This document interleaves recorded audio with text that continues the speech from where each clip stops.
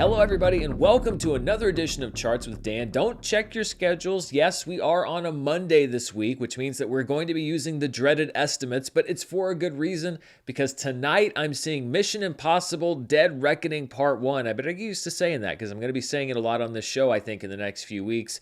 That review is going to be going up tomorrow morning when Charts usually goes up, so to avoid the double dip upload, I decided to do Charts on Monday, so we may not be quite as accurate because we don't have the final numbers, but we'll make it up next week if there's anything big that needs to be corrected. This week, though, we are going to talk about Insidious: The Red Door, which is the #1 movie over the weekend, but people aren't really talking about the #1 movie or even the #2 movie. It's the movie Sound of Freedom, which I mentioned last week might surprise some people. Well, it really did, and we're going to go into a deep dive on Sound of Freedom, where it came from, why it's doing so well at the box office, and that much hyped contest between Sound of Freedom and Indiana Jones on July 4th. But before we get to that, let's look at this past weekend at the box office, July 7th through the 9th. Again, these are the estimated numbers. Insidious: The Red Door is at #1 with $32.6 million. That is more than it was estimated to do over the weekend. PG-13 horror working in the summer as it has done many times before. And this has been a pretty reliable box office franchise because, shocker, the budgets are actually under control for these films. So already a good financial outlook for Insidious: The Red Door. Indiana Jones and the Dial of Destiny spending one short weekend at the top of the box office. A 56.1% drop. That's not the worst in the world, but its opening wasn't the best in the world either. $26.5 million for a total of $121.2 million. That movie I mentioned before, Sound of Freedom, we're going to do a deep dive on it in just a few minutes. It comes in third place for the weekend at $18.2 million, but it opened back on July 4th, which is a Tuesday, a rare Tuesday opener. So its total box office thus far is $40.2 million, much more in a few minutes on that. Elemental still holding strong in its fourth week of release, a 20.8% drop from last weekend and a $9.6 million total. It has now eclipsed the $100 million mark at the box office, well ahead of its partner in crime as far as the opening weekend, which is The Flash, which you will not see in this top 10. Spider-Man Across the Spider-Verse in its sixth weekend holding strong, a 33.4% drop and a total of $8 million in week 6. Now a box office total of $357.6 million, which is a very significant number, and we're going to talk about why in a few minutes. Joyride, not really catching on, at least initially, as many people thought that it might, given the critical acclaim, etc. A sixth place opening and a $5.8 million total, just ahead of the other R-rated comedy in the marketplace, No Hard Feelings, which makes about as much money in its third weekend, a 33.2% drop and a total of just over $40 million. Transformers: Rise of the Beast hanging around the top 10 still in its fifth week, a 32% drop for a $5 million total and a domestic total that's approaching $150 million. The Little Mermaid also hanging around still in its seventh week of release, $289 million total, so it's looking to close out its domestic run at least by cracking that $300 million mark. It actually also comes in above the film that was kind of riffing on it, Ruby Gillman, Teenage Kraken.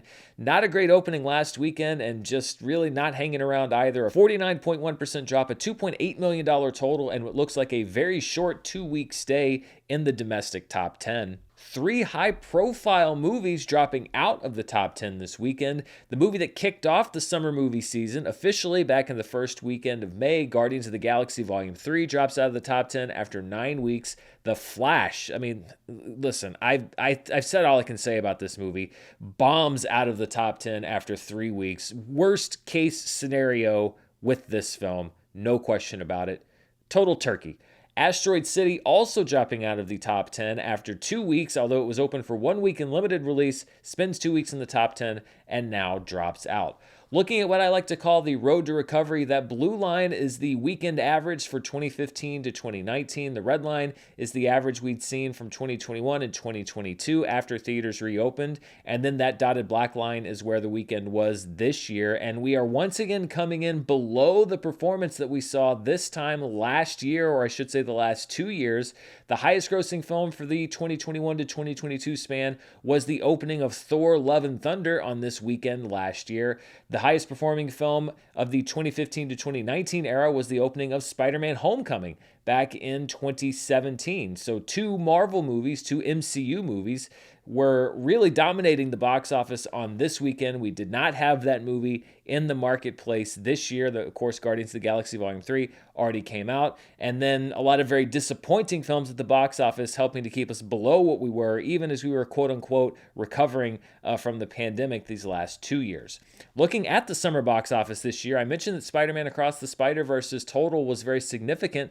That's because it is now, according to these estimates, officially bypassed Guardians of the Galaxy Volume 3 to become the highest grossing film of the summer at $357.6 million. Guardians of the Galaxy Volume 3 falls to number 2 at $357.5 million. So we have a new champ, and now will there be somebody else that comes to take that crown? Will it be Tom Cruise? Will it be Barbie? Well, there's just a couple more months left. We'll find out pretty soon. The Little Mermaid is still in third place. Transformers: Rise of the Beasts passes Fast X for number 4 at the summer box office with $146.7 million. Fast X is in 5th place at $145.9 million. But on its heels is Indiana Jones and the Dial of Destiny, which moves up 2 spots. It's now made $121.2 million domestically. Elemental stays at number 7. The Flash falls to number 8, and it looks very likely that it will not finish in the summer top 10 this year, even though it's made $105.1 million. The Boogeyman is at number 9, and No Hard Feelings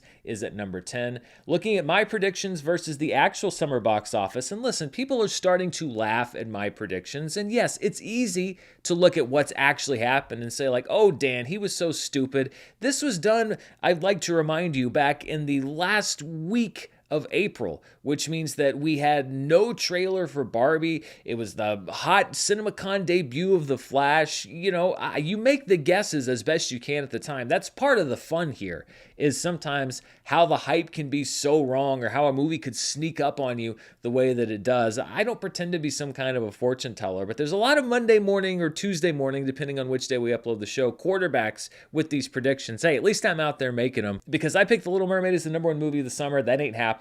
And now my accurate number 2 pick for Spider-Man Across the Spider-Verse isn't even accurate anymore, because it's now number 1. I had Guardians 3 at number 3. So right now, at least, I had the top 3, just in a different order. But I put The Flash in 4th place. That ain't happening.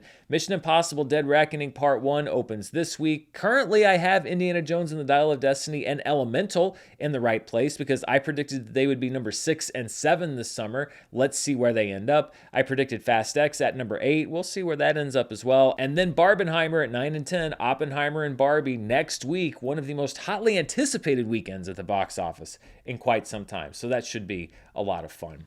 Looking at the race for number 1, and it appears for right now that this race is over, because Spider-Man Across the Spider-Verse was able to pull ahead of Guardians Volume 3 and has never really relinquished that lead. If you look, Guardians Volume 3 is that blue line, which has just now crept up over $350 million, but Across the Spider-Verse has done it in much less time, so that is going to stay ahead of Guardians 3.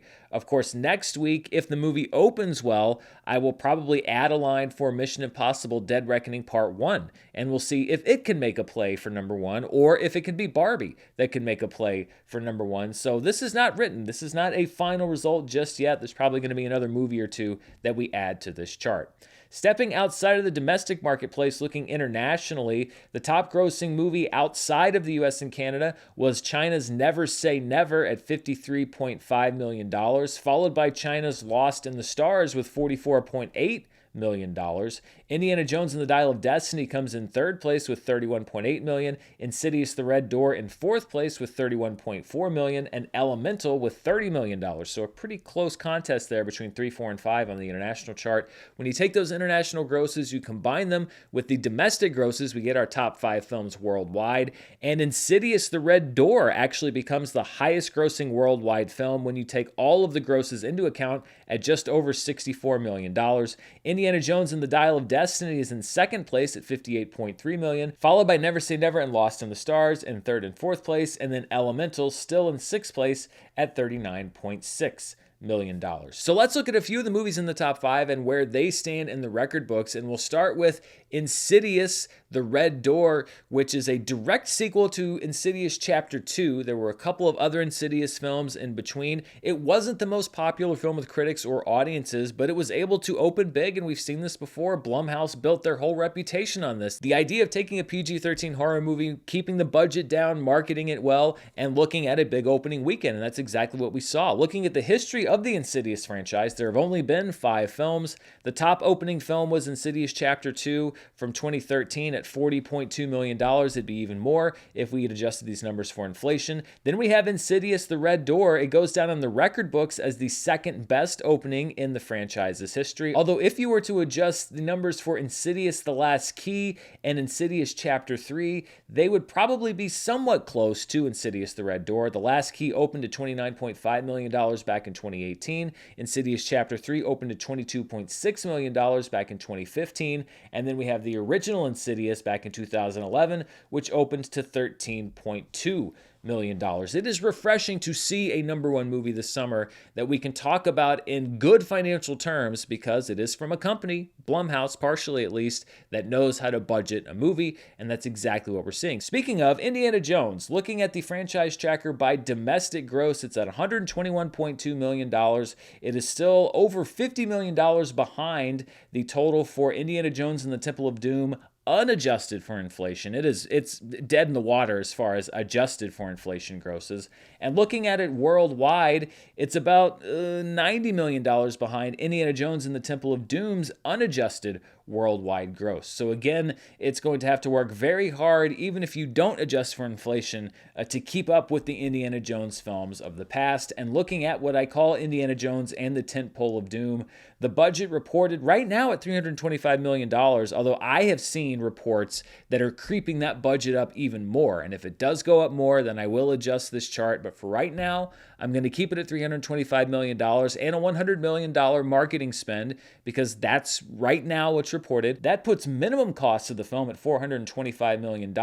It's gotten back less than $1 million from China. It's basically a non-factor there. $49.4 million back so far from its international run. $56.8 million from its first week. $14.5 million so far from its second week. So I have it at a gross of just under $250 million, which has netted the studio and investors $121.5 million.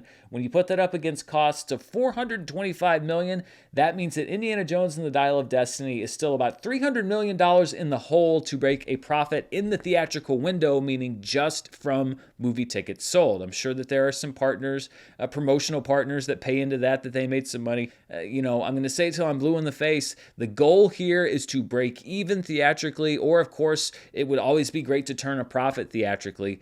Indiana Jones and the Dial of Destiny is not going to come close to doing that. Elemental's done a little bit of damage control in the few weeks since it's opened. In a way, it's the reverse Flash. It has now passed the worldwide gross of Lightyear, so it's past that $250 million mark. If it can do about another $80 million, and I think it still has some markets left to play in, then it could pass The Good Dinosaur. So still not a great story for Elemental, but it's, still kicking around there. Looking at Spider-Man Across the Spider-Verse, it has made some progress. When we look at the franchise as far as inflation-adjusted domestic totals, it has now passed the inflation-adjusted total of 2012's The Amazing Spider-Man, which means it has now bypassed both Andrew Garfield Spider-Man films, as well as both Tom Hardy Venom films, the first Spider-Man Into the Spider-Verse film, and Morbius. But I mean, come on, that's not hard to do. So right now, it's at number 7. I think its ceiling would probably be if it can crawl up to $415 million, which might be a little bit too much to ask, then it could top the inflation-adjusted total of Spider-Man Homecoming. But keep in mind, with the reported budget being somewhat reasonable for this film, it continues to be a summer success story. One thing that I wasn't able to report last week, because the show came out on July 4th, was what the total gross for the July 4th holiday weekend was. And this year, that means from Friday, June 30th until Tuesday, July 4th. That's what's considered the long weekend. It all depends on where July 4th falls. And when we look at those totals, the number one movie over the July 4th holiday weekend was Indiana Jones and the Dial of Destiny, which made $83.8 million. Elemental came in second place with $18 million. Spider-Man Across the Spider-Verse in third place with $17.6 million. Sound of Freedom opened on July 4th, but it brought in enough, we think, there's going to be a lot more about this, to come in fourth place at $14.2 million, and then No Hard Feelings in what was its second weekend going into its third week of release at $11.2 million. And as I mentioned last week, Indiana Jones and the Dial of Destiny did just enough to displace the Twilight Saga Eclipse as the fifth best July 4th weekend gross all time domestically. But again, especially if you're not taking inflation into account, which we're not here, you would expect the movie to do a lot more than that. That is an underperformance, no question about it. Minions: The Rise of Gru, believe it or not, if you don't adjust for inflation, still the best July 4th weekend performance ever, followed by Transformers: Dark of the Moon, Spider-Man 2, and Despicable Me 3. But let's talk about Sound of Freedom. It's the movie that people have been asking me about all week, maybe because a lot of people hadn't even heard of it until they started seeing all of these headlines. As I mentioned, it was released on last Tuesday, July the 4th, and the big splashy headline was that this scrappy underdog was able to beat Indiana Jones and the Dial of Destiny at the box office on the actual day, July 4th. We're going to break down those numbers in just a few minutes. But before we do that, really, for people that don't know what Sound of Freedom is or where it's come from or why everybody's talking about it, let's take a few minutes to break it down. Now, one thing that I did do, and I know, and I've said this before, it's kind of radical, I actually did watch the movie before I started talking about it here on the show, and it seems like I've seen a lot of people talking about this movie that obviously have not seen the movie. If you haven't seen the movie, it stars Jim Caviezel. He plays a real-life man named Jim Ballard, and the movie is basically about his initial attempts to break up a child sex trafficking ring in Latin America. Yes, it is a very heavy movie. The reason that it has gotten so much traction and it has attracted such a following is because of that subject matter. So let's break down the basics around Sound of Freedom. The movie was reportedly shot for around $15 million, and it was shot several years ago, back in 2018. Now, many outlets have reported that Disney shelved the movie because Fox had the distribution rights, and then after the merger, Disney didn't give it a release date. But from my research, what I've been able to find is that Fox had a partial distribution. They had picked up rights, I think, in Latin America for the film, and then it sort of got lost in the shuffle. I found a couple of articles that actually had a quote from a Disney spokesman that said, well, we weren't really aware of this film because it was an international acquisition from before the merger, and it's kind of tough to parse exactly what happened, but the basic thing is the movie was shot in 2018. It had some distribution in place.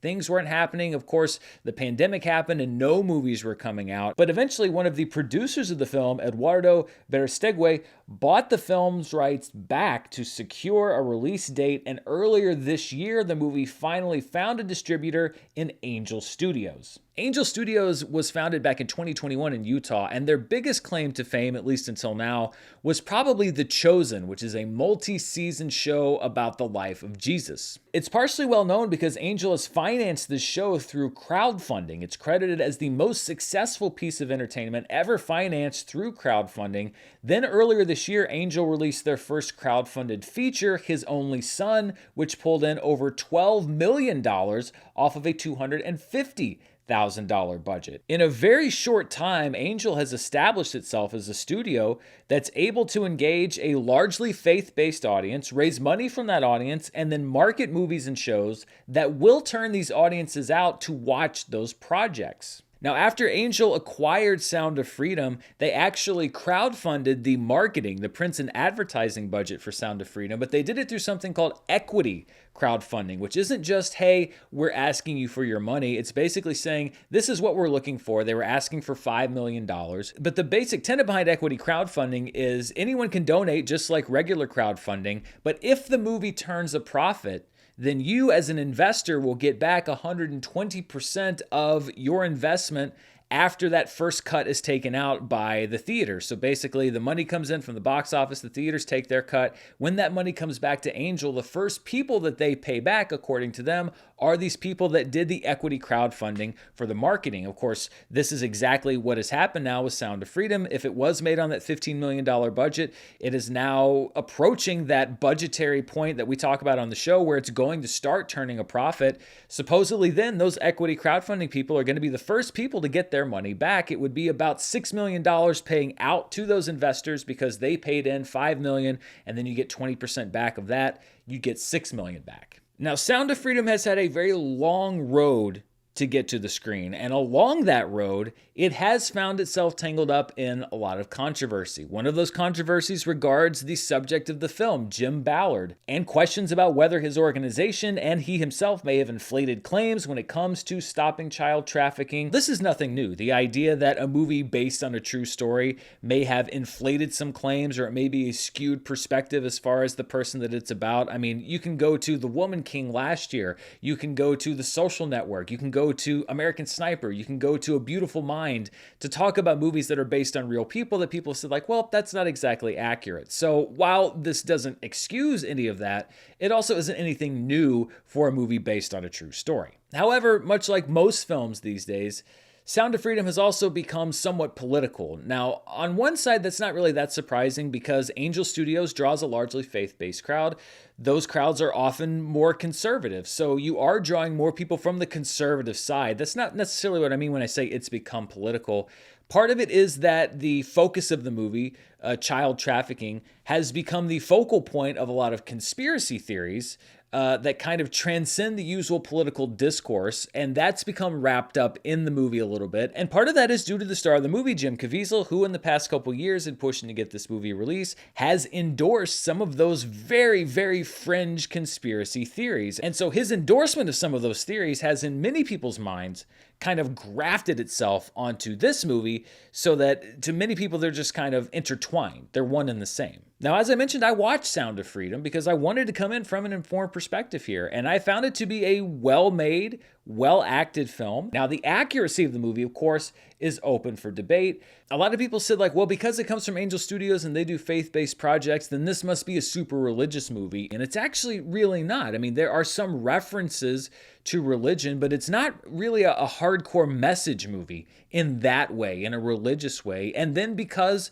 of the real world entanglements when it comes with some of those fringe conspiracy theories, a lot of people say like, well, it's pushing all of this nonsense that I've read about on the internet. Again, it really isn't. This is very much a movie about the real world dangers involved with child trafficking, and it doesn't really reference or bring in any of the weirder stuff that people have decided to bring into it. That's not present in the text of the movie itself. That's all stuff that people outside the film have decided to reference. Now, separating art and artist and everything about that, that's a discussion I have had many, many times, and that is something that is up to every single person to determine. Where are you going to draw the line between the art and the artist, between the work itself and the people who made the work or the people that it is about? But I will say, just from a critical perspective, and I say that this is how I approach every film, from a critical perspective, I found it to be a well-made and compelling film. It is a little overwrought at times, and really, when you get to the end credits, there is a direct camera kind of plea from Jim Caviezel. That's where I thought it began to kind of step over the line a little bit. But the movie itself, I thought, was well made. And keep in mind, this is not your average Angel Studios film that came automatically from this sort of faith-based perspective. This was a movie that at one time Fox had agreed to at least partially distribute, and some of the backers, yes, many of them may come from a more conservative side, but again, I don't really see that being pushed in the movie itself. It's all the discourse around the movie. Because of the charged political climate, I've seen this film described as conspiracy-riddled right-wing propaganda, and I just don't find that to be true. I think that the real-world actions of the artist have tinged the reputation of the art, and I personally can say that I recognize the value and craft of this movie while objectively denouncing some of the extreme public statements of Jim Caviezel and some other people involved in the film. Now, the thing that makes Sound of Freedom interesting from a box office perspective is this pay it forward program that Angel Studios has in place, because they're using it in a very unique way. Anyone can pay it forward by buying a ticket to the movie for somebody who could not otherwise see it for financial reasons or for some other reason. So basically, you can go to their website and say, I want to buy a ticket for somebody else. You give them some money, and then someone else can go to the website and claim that ticket to go see the movie, technically for free to them, but that ticket has been bought and paid for through those pay it forward donations. And again, I researched this process myself and took both steps just to see what that process was like. The paying it forward, the paying for a ticket for someone else, is actually a very simple process. It's the same as any online transaction. You click a button that says, I want to pay it forward. So I paid forward one ticket, which they charge $15 flat. So that's basically the pay it forward price. They charge you $15, which they say is a minimum of one ticket for someone to go see the movie. You donate, and that's it. You're done. Now, the process of getting a ticket so far it seems to be a little bit more complicated, because I also went through that process. If you want to get a free ticket, you go to the website, you sign up for an account, you pick a time that you want to go to. So you basically say, hey, I want to go see the movie at this theater at this time. So I did that, and I got an email back that said, hey, you are in line to get a ticket to Sound of Freedom, and we will send you a redemption code when it's your turn. Now, as I'm sitting here filming this, that was about 11 hours ago, and I have not yet gotten a redemption code to get a free ticket to go see Sound of Freedom. Now, I don't think that that's the case of anything other than probably a very overwhelmed system. I'm sure that a lot of people are paying these tickets forward, but the reason I bring this up is that from my experience, this was not an instant process, as in like, oh, I want to go see the movie in 2 hours, I'm going to get a ticket. There does seem to be some delay in getting that response to get the free ticket. And for people that might say something, it has never been my intention to actually claim that free ticket. And if for some reason that seat was reserved for me without me having to claim it throughout the process, again, I also did pay it forward one ticket. So at a bare minimum, it's kind of a washout for me. But I really wanted to go through this process myself so that I could talk to you, not only from reading about how it's done, but from actually having done it myself. Now, as of the time of this recording, Angel has listed that over 3.1 million tickets have been paid forward, which at $15 each, that's the standard price that they're paying, means that $47 million in money has come in just from those ticket sales. And it's these ticket sales that bring up the question of who won July the 4th. Because right now, if you look at Box Office Mojo, the numbers, any of the box office reporting sites, it lists that Sound of Freedom made the most money of any movie on July 4th proper, with $14.2 million, and Indiana Jones and the Dial of Destiny came in second. And there have been headlines about this for the last week. People talking about this David versus Goliath story, this little movie that beat Indiana Jones and the Dial of Destiny. And I'm not saying that it didn't, but I'm saying I'm not quite sure how we arrive at that final number. Or at least I know how we did, but what is the accuracy there? The thing to keep in mind with these pay it forward tickets is that if you buy one of them, that money doesn't automatically go to the movie. It goes into a pot that is then used to pay for people that later ask for a ticket to be sent to them. And that's all right there when you donate to the page. When you make a donation to Pay It Forward, it does say, quote, upon submitting my Pay It Forward contribution, I acknowledge and agree that Angel Studios will make reasonable efforts to use Pay It Forward ticket sales for the audience growth of the intended film or series. However, Angel Studios becomes the owner of all funds upon receipt and may use them at its sole discretion to further the Angel Studios mission of amplifying light through impactful stories. So right there, that basically says, hey, listen, we're going to try to use this money to the best of our ability to pay for tickets for others, but this can also be used for other projects. And even on the FAQ page for the Pay It Forward tickets, it says, quote, if there are any funds remaining after the theatrical run, they will be used to pay for streaming Sound of Freedom in the Angel Studios app. Remaining funds from Pay It Forward may also be used to help the filmmaker create additional content. So all of this Pay It Forward money could be used, may be used to purchase tickets, but it could also be applied for different things, including streaming for this movie. And really all of this is what brings up my question about July 4th and how much money Sound of Freedom actually made that specific day, because that $14.2 million number, the amount of money that the studio claims the movie made on July 4th, wasn't necessarily all from the box office. If you look at the press release that came from the studio itself, it says that $11.5 million came from direct box office, meaning people buying tickets, and then that $2.6 million had come in pay-it-forward tickets that had been sold through July 4th. So that $14.2 million number is the number of people that bought tickets plus the number of people that pledged to buy tickets for other people. But the question is, how many of those tickets were redeemed on July 4th? Now, given the margin between these two films, if you take out all of the pay-it-forward tickets, then Indiana Jones and the Dial of Destiny would have made about $100,000 more than Sound of Freedom on July 4th. I think it's very likely that $100,000 worth of those pay-it-forward tickets were probably claimed on July 4th. But then the other question is, are you basically counting it twice? So if you have a ticket that's claimed from somebody, if they get one of those codes from the Pay It Forward system, and then they redeem that to go see the movie, is that then counted toward the box office total for people that are buying tickets directly from the theaters? That's another question that I don't really know. And that's really, it's not an issue for me with Sound of Freedom, because they're going to put out the number that is the best number for them, that's going to get people talking, and that's exactly what they did. Angel Studios is out here trying to market a movie. It's really more of a question for the people that keep the box office records, the ones that I use to refer to things like, who came in number one, etc.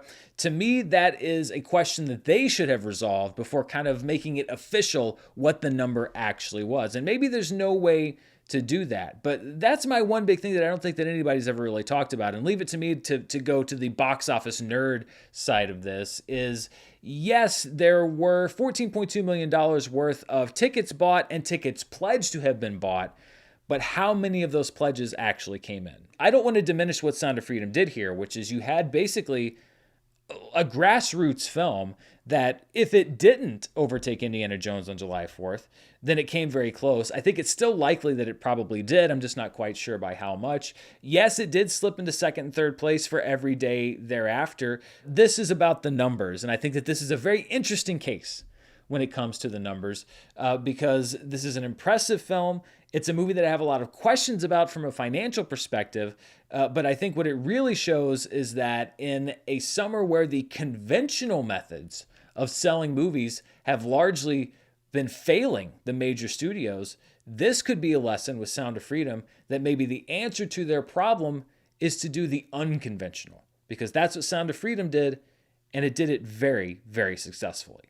We've got a lot more box office to break down, but before we do, I want to thank the sponsors for this week's show. This episode is brought to you by Babbel. The best way to learn a language is through immersion, which means living where the language is spoken and using it every day. But that's not possible for everybody. So what's the second best way to learn a language? Well, that would be Babbel, because with Babbel, you can start speaking a new language in just 3 weeks. You could pay hundreds of dollars for a private tutor or try language apps that are pretty much just games, or you could try Babbel's quick 10-minute lessons, which are designed by over 150 language experts. And these lessons aren't meant to make you sound like a student memorizing grammar from a textbook. Babbel's lessons are designed to allow you to sound like a native speaker of that language, regardless of your skill level. I've been traveling before in countries where I don't know the language, and it's embarrassing to not know how to ask even for simple directions. But with Babbel, you can learn everything you need in Italian, Spanish, German, French, Portuguese, and many more. Babbel's wide range of learning experiences, which go from casual to intense, mean that there's always a way to fit in a Babbel session, from self-study app lessons to podcasts to live classes. And here's a special limited time deal to get you started right now. Get 55% off your Babbel subscription at babbel.com/Dan. Get 55% off at babbel.com/Dan. That's spelled BABBEL.com/Dan. Rules and restrictions apply. This episode is brought to you by Stamps.com, and I want you to take a minute and think about your 5 least favorite activities. If you send a lot of packages in the mail, then I'm betting that standing in line at the post office is in that top 5. We've streamlined and modernized so much in the last few years. Why are we still mailing things the old-fashioned way? If you mail or ship often, let Stamps.com do the hard part for you. All you have to do is print postage and shipping labels right from your home or office, and it's ready to go. No waiting in line, no complicated setup. All you need is a computer and a printer. Stamps.com will even send you a scale. Just this week, postage rates went up for the second time this year, so it's more important now than it's ever been to find great prices. And Stamps.com has huge carrier discounts up to 84% off of USPS and UPS rates, and the Stamps.com system will find your best discount automatically. For over 2 decades, Stamps.com has been indispensable to over 1 million businesses because you can get access to the USPS and UPS services you need from your computer anytime, day or night. Just go to the website, print out postage, and schedule pickup right then and there. That's it. Avoid the hassle of shipping the old-fashioned way. Sign up with promo code Murrell for a special offer that includes a 4-week trial plus free postage and a free digital scale. No long-term commitments or contracts. Just go to Stamps.com, click the microphone at the top of the page, and enter code Murrell. All right, so that was a deep dive, and yes, I will continue to research this subject. If I learn anything more about it, then I will let you know. But let's look now at some other charts for this past weekend at the box office, and let's look first at the top per theater averages. And Lost in the Stars, which has been a sensation in China, opened in 62 theaters this past weekend and had the highest per theater average of any movie, $13,226 per theater in those 62 theaters. Insidious: The Red Door came in second place at $10,242 per theater, followed by Sound of Freedom, which was in just under 3,000 theaters and brought in $6,172 per theater. Indiana Jones and the Dial of Destiny was in fourth place with $5,761 in 4,600 theaters, and then Amanda, playing in just 2 theaters, brings in $4,725 per theater. Looking at movies in limited release, meaning 1,000 theaters or fewer, Past Lives, which almost got to that wide release 1,000 theater barrier, lost theaters in its 6th week. It's down to 776 theaters, but it brings in another $1 million over the past weekend. Lost in the Stars brings in $820,000. In third place is Odessa: The Last Goodbye Cinematic Experience. I don't know the number of theaters it was in domestically. I know that this is a global event and reportedly 700 theaters, so it would be underneath that threshold no matter how many theaters it was in domestically, but it brought in just over $750,000. Odessa is what squares like myself would call an electronic group, and this was a one-night only showing of a documentary about their latest concert tour. In fourth place was the Indian film Carry On Jatta 3, which brought in just under $500,000, $447,000. And because somebody up there likes to laugh at me, in fifth place is the Indian film Sama Java Ragamana in its 2nd week of release with $237,398. Looking at the top films in limited release this year, this is all tickets sold since January 1st. Pathaan is still at number 1, but Past Lives moves up to number 2 with $8.3 million. The fact that it has never broken that 1,000 theater barrier has kept it climbing up this chart. Return of the Jedi moves down 1 spot to number 3. A Man Called Otto moves down to number 4. Nefarious is at number 5. Pawnee and Sullivan 2 is at number 6. Women Talking is at number 7. The Wandering Earth 2 is at number 8. You Hurt My Feelings is at number 9. And Mummies is at number 10. Now, many of these limited releases can be found in the various independent theaters around the country, most of which are dedicated to maintaining availability for these art house movies. And we've been featuring one on the show for several weeks now. This week, we're going to be talking about the Varsity Theater in Davis, California. Davis is a town of over 65,000 people, about 20 minutes outside of Sacramento, California, and of course, home to UC Davis. And the Varsity Theater was originally opened back in 1921, but the current location opened in 1950. The Varsity operated as both a single-screen and a two-screen theater until 1992, when the city of Davis took ownership of the theater and converted it into a live performance venue. However, in 2006, the city decided to reopen the Varsity as an art house theater, and it has been running two screens once again since 2010. This week, the Varsity is playing Asteroid City and Past Lives, with Barbie and Oppenheimer on the slate next week, and with its throwback Art Deco-esque style, it is the kind of local history and culture that I think must be preserved in these times of instability. You can find out more about the Varsity Theater and check showtimes at davisvarsity.net, and if you do decide to see a show, as always, be sure to tell them that Dan sent you. Looking at the 2023 annual box office domestically, so this is just here in the US and Canada, the Super Mario Bros. Movie still easily number 1, but Spider-Man Across the Spider-Verse moves up to number 2, Guardians of the Galaxy Volume 3 moves down 1 spot to number 3, The Little Mermaid is at number 4, Ant-Man and the Wasp Quantumania is at number 5, John Wick Chapter 4 is at number 6, and Creed 3 is at number 7. Transformers Rise of the Beasts is up 1 spot to number 8, Fast X moves down 1 spot to number 9, and Indiana Jones and the Dial of Destiny debuts on the chart at number 10, knocking Scream 6 off of the chart altogether. Looking at the worldwide box office for the year so far, the Super Mario Bros. Movie is at number 1 with $1.34 billion. Guardians of the Galaxy Volume 3 is now just shy of $840 million in second place. Fast X is at $721 million in third place, followed by Full River Red in fourth place. Spider-Man Across the Spider-Verse, which is approaching $650 million worldwide, is in fifth place. The Wandering Earth is in sixth. The Little Mermaid is in seventh place. Ant-Man and the Wasp Quantumania is in eighth place. Lost in the Stars debuts on the chart in ninth place at just over $442 million. John Wick Chapter 4 drops down 1 spot to number 10, and Transformers Rise of the Beast, after a very short stay on this list, drops out of the list altogether. Before we preview all of the new movies coming out this week, I like to take a moment and look back at a week in box office history. And we are going back this week to July 8th through the 10th, 1994, the 27th weekend of the year, which saw the debut of eventual Best Picture winner Forrest Gump at $24.4 million. It would go on to be the highest grossing film of the summer. In second place was The Lion King, which almost bumped the debut of Forrest Gump to second place. $24.1 million in its fourth week of release and a domestic total of $143.4 million. In third place in its fifth week of release was Keanu Reeves' Speed with $7.6 million, a 32% drop from the previous weekend, and a domestic total of $84.5 million.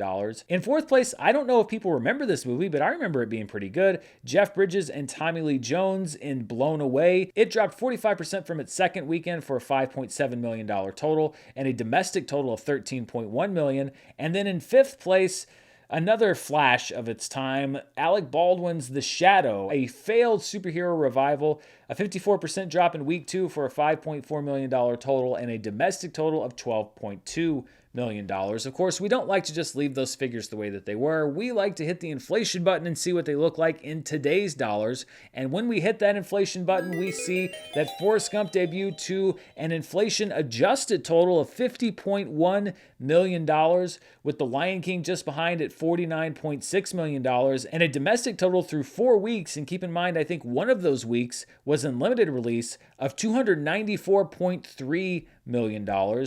Speed in third place comes in at $15.7 million and a domestic total of $173.5 million. It was a very successful movie.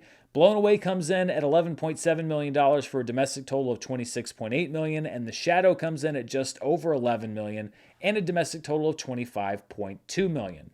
Let's take a closer look now at some movies that are opening this week, as well as the reviews that many of these movies have gotten so far. First of all, opening this Wednesday, not this Friday, because Oppenheimer is coming in to take all of those premium screens. Mission Impossible Dead Reckoning Part 1 gets a jump on the weekend by opening in wide release on Wednesday. Stay tuned here on the channel. I will have my review of the movie up tomorrow morning. I'm very excited for this one. Then on Friday, one of my favorite movies from the Sundance Film Festival, Theater Camp, is getting a pretty wide release. If you're looking for a small indie comedy, especially if you have a background in that kind of artsy theater world, I think you're really going to enjoy Theater Camp, because I sure did. I may actually go try to see it with an audience.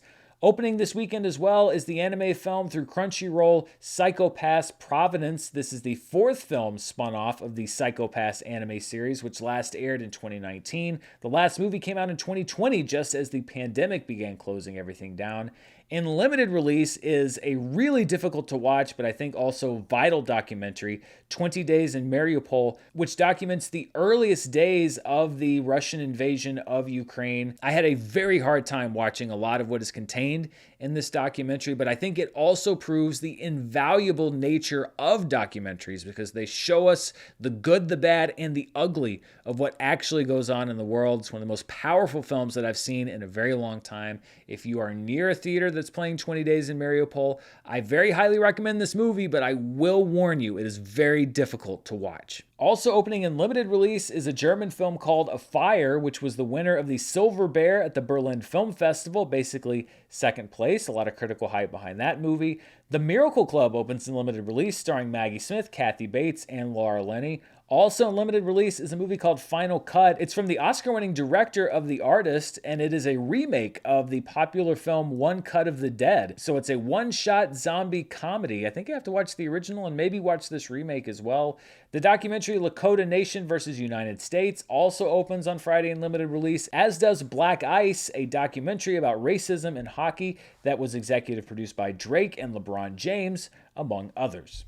Finally, something new we've been doing here on the show is what I call decoding Rotten Tomatoes. I've said before that it can often be difficult to see what critics really think of movies because of the binary fresh rotten rating, and it is often much more helpful to look at the average critic score, which is a little harder to find on the website, so we do it right here on the show. These are major releases from the past 3 weeks or so, so let's look first of all at what the tomato meter says about these movies. Insidious: The Red Door was not popular with critics. It has a 36% rotten rating currently on Rotten Tomatoes. Then we have Ruby Gillman, Teenage Kraken at 66%, Indiana Jones at 69%, and No Hard Feelings at 70%. Elementals at 74%. Sound of Freedom does not have many reviews on Rotten Tomatoes, but the ones that are there are largely positive. It has a 76% rating right now. Extraction 2 is at 79%. Theater Camp is getting an 80% on Rotten Tomatoes currently, while Joyride has come down a little bit. It's at 91%. And then clustered right at the top, we have Spider-Man Across the Spider-Verse at 96%, Past Lives at 98%, and Mission Impossible: Dead Reckoning Part 1 currently at 99% fresh on Rotten Tomatoes, which, by the way, means that 99% of all the critics that have seen Mission Impossible: Dead Reckoning Part 1 have given it a positive review. But just how positive were those reviews? Well, let's take a look at these ratings by average critic score, and you'll see that Insidious: The Red Door goes from a 36% rotten to a 4.9 average critical score, which means that they still didn't like it, but they didn't quite hate it as much as the tomato meter might indicate. Ruby Gillman still flips from fresh to rotten. When you look at average score, it only has a 5.8 average rating, which to me says that critics were a little more inclined to give it a positive review than they were to give it a higher rating. No Hard Feelings gets a 6.1, Indiana Jones gets a 6.4, Elemental gets a 6.5, Extraction 2 gets a 6.6, and Sound of Freedom gets a 6.7. So those are all pretty much more or less in line with the ratings that they are getting from critics. Although this is very interesting, Theater Camp is 80% fresh on Rotten Tomatoes, Joyride is 91% fresh on Rotten Tomatoes, but they both have the same average rating from critics, which means either that critics are being a little harsher on Theater Camp or they're going a little easier on Joyride, but the average rating is the same for both movies, and I would pretty much agree. I would say that they're both really funny movies. Now, this is interesting. Remember that Across the Spider-Verse, Past Lives, and Dead Reckoning Part 1 were all clustered at the top at 96, 98, and 99% fresh. Now, Mission Impossible: Dead Reckoning Part 1 has a 99% fresh tomato meter score, but an average rating of 8.1, which is a half a point lower than Across the Spider-Verse and 1 point lower than Past Lives. So my interpretation would be that they are on average very positive positive about Dead Reckoning Part 1, but perhaps not as positive as a 99% tomato meter rating might have you believe. So that's my decoding of Rotten Tomatoes for this past weekend. Stay tuned for my review of Mission Impossible tomorrow. And of course, I think we're backed up. I got streaming charts, maybe a news show this week, other reviews. There's a lot going on. Thank you so much for watching the show this week. Please check the description below for more about our great sponsors. And of course, stay tuned right here on the channel for more movie news, reviews, box office, and more. Until next time, stay safe, and I'll see you then. Bye.